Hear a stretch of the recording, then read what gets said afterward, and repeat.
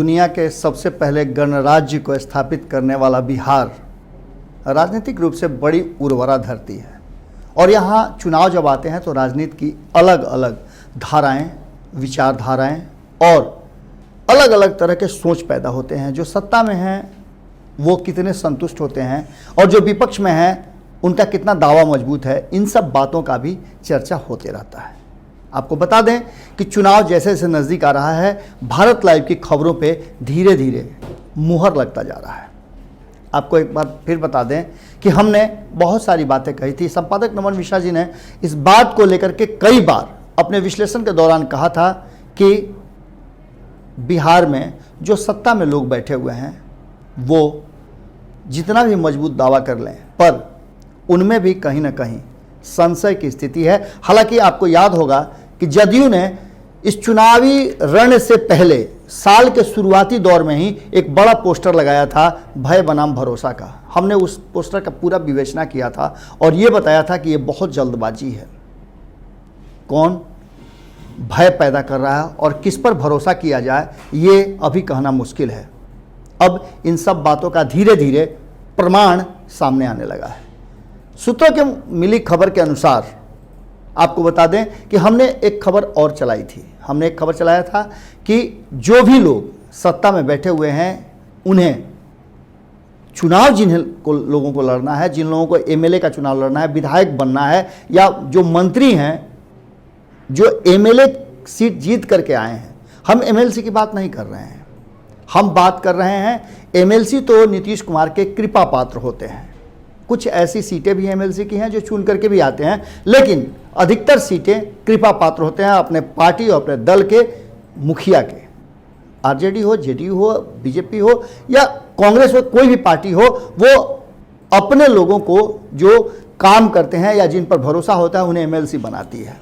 तो ये तो एक अलग धारा हो गई। लेकिन जब आपको विधायक का चुनाव लड़ना है, जनता के वोट से लड़ना है, तो आपके लिए कई सारी चुनौतियां होती हैं और उन चुनौतियों में एक चुनौती आपके सामने खड़ी होती है कि आप चुनाव में कैसे उतरेंगे। अब इनकी चर्चा हमने आपको किया था कि जो लोग एमएलए का चुनाव लड़ने वाले हैं उन लोगों के लिए अब भीतर ही भीतर भय का माहौल व्याप्त होने लगा है और भरोसा टूटने लगा है। आपको याद होगा कि ये बातें हमने कही थी कि एमएलसी बन करके सत्ता में बैठे लोग, मंत्रालय संभालने वाले लोग क्या जाने कि किस तरह से दुख होता है, किस तरह से तकलीफ होती है, किस तरह से जनता को अपने बातों से प्रभावित करना पड़ता है और कितना ज़्यादा को भरोसे में लेना पड़ता है। ऐसी स्थिति में निश्चित रूप से भयभीत वो लोग होंगे जिन्हें चुनाव में उतरना है।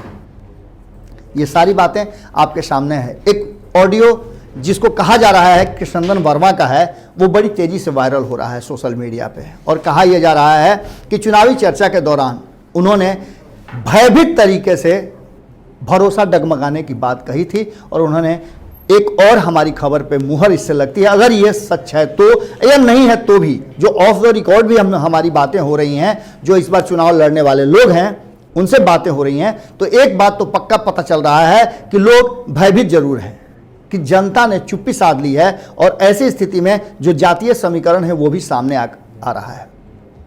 बिहार सरकार में शिक्षा मंत्री कृष्णनंदन वर्मा का ऑडियो जिसे बताया जा रहा है, उस ऑडियो में स्पष्ट तौर पे ये बातें कही जा रही हैं कि भूमिहार और ब्राह्मणों का जो क्षेत्र है वो उनका घोषित क्षेत्र है जहां से वो चुनाव जीत करके आए हैं। अब उनका संशय इस बात का होने लगा है कि कहीं ना कहीं इस समाज का जो वोट है या जो विचार है, भरोसा है, वो नीतीश कुमार से उठ गया है और ऐसी स्थिति में नीतीश कुमार के तरफ से उनके लिए चुनाव, उनके पार्टी से चुनाव लड़ने का यहाँ उन्हें खामियाजा भुगतना पड़ सकता है। और आप समझ सकते हैं कि एक मंत्री जो चुनाव लड़ने जा रहा हो और इस तरह की बातें कर रहा हो तो निश्चित रूप से भय और भरोसा दोनों ही स्टेक पर है। एक महीन सी लकीर है और उस लकीर को पार करना कृष्णनंदन वर्मा के लिए मुश्किल हो रहा है। उन्होंने साफ तौर पे कहा है, जो सूत्र बता रहे हैं या जो ऑडियो के माध्यम से पता चल रहा है कि वो अब घोसी से किसी अन्य विधानसभा से चुनाव लड़ना चाहते हैं। देखने वाली बात ये होगी कि इस बात के साथ साथ हमारी भी बातों पर मुहर लगती है कि जो हमने लगातार बताया था कि जिन लोगों को विधायक का चुनाव, एमएलए का चुनाव लड़ना है वो लोग काफ़ी मुश्किल में चल रहे हैं और उन्हें संशय हो रहा है कि कब उनका डोर जो है वो जनता से टूट जाए। अब इसे पाटने के लिए चाहे जितना भी ट्रिपल सी की बात कर लें नीतीश कुमार, लेकिन विधायकों में जो चुनाव लड़ने वाले हैं उन पर भरोसा जमाना एक बहुत ही मुश्किल चीज़ हो रहा है, मुश्किल बात हो रही है। और कैसे इन सब बातों पर भरोसा जताएंगे, ये एक यक्ष प्रश्न है और इस प्रश्न का जवाब आप भी ढूंढिए, हम भी ढूंढ रहे हैं। अगर ये सच्चाई है तो निश्चित रूप से नीतीश कुमार को आने वाले चुनाव को लेकर के डरना चाहिए।